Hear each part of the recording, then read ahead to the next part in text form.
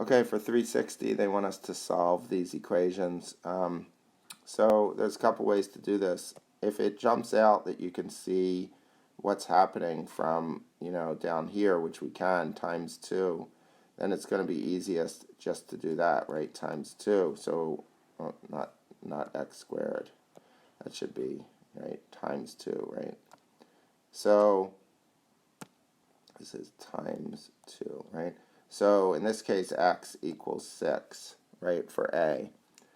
For B, we can see that 5 times 8 is 40. So that means we need times 8 in the numerator, so x comes out to be 16 for that one.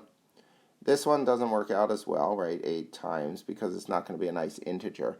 So let's do it another way. We could do it with fractions, right? We can see it's times 1.5, but let's do it another way for this one. So we'll cross multiply for this one, right? So we get 8 times x equals 1 times 12, right? So 8x equals 12. Divide by 8, and we get x equals 12/8. And of course, we cannot leave it like that because, right, they're both divisible by 4, right? So 3 halves. So C is 3 halves. And then the next one, let's do D over here, right? Here's D.